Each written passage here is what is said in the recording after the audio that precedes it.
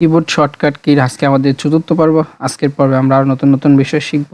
So প্রথমে আমরা শিখব হচ্ছে অল্টার প্লাস এন প্লাস ডব্লিউ দিলে হয় হচ্ছে ইনসার্টে ওয়ার্ক আর্ট গ্রাফিক্স।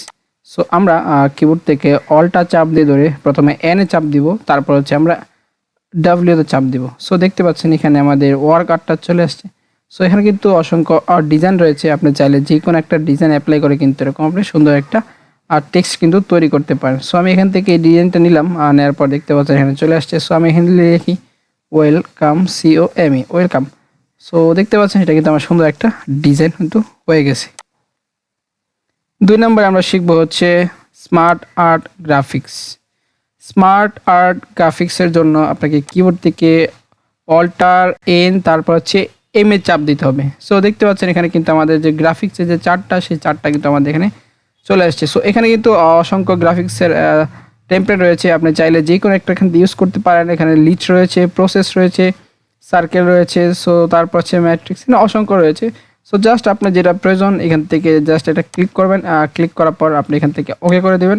সো দেখতে পাচ্ছেন আপনার সামনে কিন্তু এখানে গ্রাফিক্সের চার্টটা চলে আসছে। দেন এখানে যে টেক্সটের জায়গায় এখানে চাইলে আপনি কিন্তু যে কোনো একটা টেক্সট কিন্তু আপনি এখানে সেট করতে পারেন।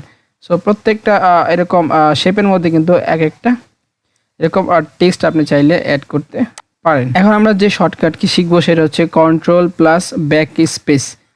কন্ট্রোল প্লাস ব্যাক স্পেস দিলে delete one word to the left, মানে আমাদের যে বাম সাইডে যে ওয়ার্ডটা রয়েছে সেই ওয়ার্ডটা কিন্তু আমরা ডিলেট করতে পারি। সো আমরা এখানে এই যে ডিলেটের আগে আমরা মাউস পয়েন্টার রাখলাম, রাখার পরে আমরা কিবোর্ড থেকে কন্ট্রোলের চাপ দিয়ে ধরে আমরা যদি ব্যাক স্পেসে চাপ দিই, দেখতে পাচ্ছেন আমার এখানে পুরো ডিলেট ওয়ার্ডটা কিন্তু ডিলেট হয়ে গেছে। সো এখান থেকে আমি 2 এখানে রাখলাম, রাখার পর আমি কিবোর্ড থেকে কন্ট্রোলের চাপ দিয়ে ধরে ব্যাক স্পেসে চাপ দিচ্ছি, দেখতে পাচ্ছেন আমার প্রত্যেকটা ওয়ার্ড বাই ওয়ার্ড কিন্তু এভাবে ডিলেট হয়ে গিয়েছে। সো এটা কিন্তু আপনার অনেকগুলো ওয়ার্ড থাকলে আপনি চাইলে খুব সহজে কিন্তু এটা ইউজ করা ডিলিট করতে পারেন। তারপরে আমরা শিখবো হচ্ছে কন্ট্রোল প্লাস ডিলেট। আপনাদের কিবোর্ডের মধ্যে আপনি দেখতে পাবেন যে একটা ডিলেট সুইচ আছে। সো এই ডিলেট সুইচ আর কন্ট্রোল যদি আপনি একসাথে চাপ দিয়ে ধরেন তাহলে আপনার কী হবে, delete one word to the right, মানে হচ্ছে কন্ট্রোল ব্যাক স্পেস দিয়ে আমরা যেটা করতাম ঠিক তার বিপরীতটা হচ্ছে, এটা হচ্ছে কি ডান দিকের যে ওয়ার্ডটা রয়েছে সেই ওয়ার্ডটা কিন্তু আপনি কন্ট্রোল প্লাস ডিলেটে চাপ দিলে কিন্তু ডিলেট হয়ে যাবে। সো আমি এই যে ওয়ানের আগে আমার মাউস পয়েন্টার রাখলাম, রাখার পর কিবোর্ড থেকে কন্ট্রোলে চাপ দিয়ে ধরে আমি যদি এখান থেকে ডিলেটে চাপ দিয়ে, দেখতে পাচ্ছেন আমার যে সামনের যে রাইট সাইডে যে ওয়ার্ড রয়েছে সেই ওয়ার্ডটা কিন্তু এভাবে ডিলেট হয়ে যাচ্ছে। তো ক্লিপবোর্ড ওপেন করার জন্য আপনাকে প্রথমে অল্টার, তারপর হচ্ছে এইচ, তারপরে এফ, তারপর হচ্ছে ওতে প্রেস করতে হবে। সো আমরা কিবোর্ড থেকে অল্টারে চাপ দিয়ে আমরা এইচে চাপ দিব, তারপর হচ্ছে আমরা এফে চাপ দিব, তারপর হচ্ছে আমরা ওতে চাপ দিব। সো দেখতে পাচ্ছেন এখানে আমার কিন্তু ক্লিপবোর্ডটা কিন্তু এখানে ওপেন হয়ে গেছে। সো জাস্ট এখান থেকে আপনি যে ওয়ার্ডটা কপি করবেন এরকম এইটা কিন্তু ক্লিপবোর্ডের মধ্যে কিন্তু চলে যাবে। সো আমি এই ওয়ার্ডটা কিন্তু সিলেক্ট করে কপি করেছি, দেখতে পাচ্ছেন এটা আমার ক্লিপবোর্ডের মধ্যে চলে আসছে। সো এখন এটা কিন্তু চাইলে এক্সেল, চাইলে পাওয়ার পয়েন্ট, যে কোনো জায়গায় কিন্তু আপনি এই ক্লিপবোর্ডটাকে আপনি নিয়ে যেতে পারবেন। সো এখান থেকে আপনি যদি এটাকে রিমুভ করতে চান তাহলে এখানে ক্লিয়ার অলে ক্লিক করে দেবেন, আর এখান থেকে আপনি ক্লোজ করে দেবেন, তাহলে কিন্তু এটা রিমুভ হয়ে যাবে।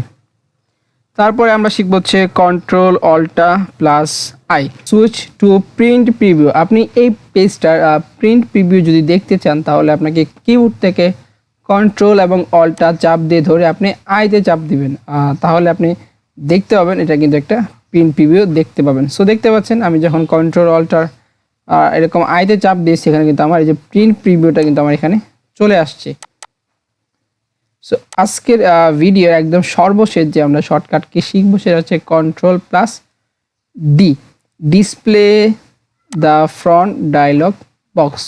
আমাদের যে ফ্রন্টের একটা ডায়ালগ বক্স রয়েছে সেই বক্সটা যদি আমরা শো করতে চাই তাহলে আমরা কিবোর্ড থেকে কন্ট্রোলের চাপ দিয়ে ধরে আমরা ডিতে প্রেস করব। সো দেখতে পাচ্ছেন এখানে কিন্তু আমাদের এরকম ফ্রন্টের যে ডায়ালগ বক্সটা ছিল সেটা কিন্তু এখানে চলে আসছে। সো এখানে দেখতে পাচ্ছেন ফ্রন্ট সাইজ এবং এখানে ফ্রন্ট দেখতে পাচ্ছেন, তারপর এখানে এরকম ফ্রন্ট কালার দেখতে পাচ্ছেন এখানে রয়েছে।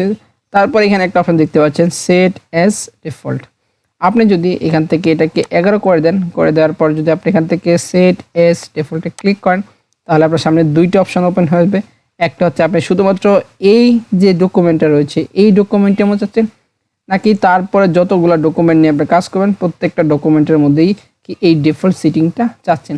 সো এই ডিফল্ট সিটিংসের মাধ্যমে কিন্তু আপনি চাইলে খুব সহজেই আপনার মতো করে কাস্টমাইজ করে কিন্তু আপনি ফন্ট সাইজ এবং ফন্টটাকে সিলেক্ট করে রাখতে পারেন। সো আমার এমএস ওয়ার্ডের একটা ধারাবাহিক সিরিজের ভিডিও চলতেছে, সেইখানে কিন্তু বিস্তারিত এই ফ্রন্টের ডায়লগ বক্স নিয়ে কিন্তু আলোচনা করা হয়েছে। আপনি চাইলে সেই ভিডিওটা দেখে আসতে পারেন, ভিডিও ডিসক্রিপশনে অবশ্যই লিঙ্ক দেওয়া থাকবে। সো এটা ছিল আমাদের আজকে চতুর্থ পর্বের সর্বশেষ শর্টকাট কি। আগামী পর্বে আমরা আরও নতুন নতুন শর্টকাট কি সম্পর্কে জানবো। তো সেই পর্যন্ত সবাই ভালো থাকবেন, সুস্থ থাকবেন, আল্লাহ হাফিজ।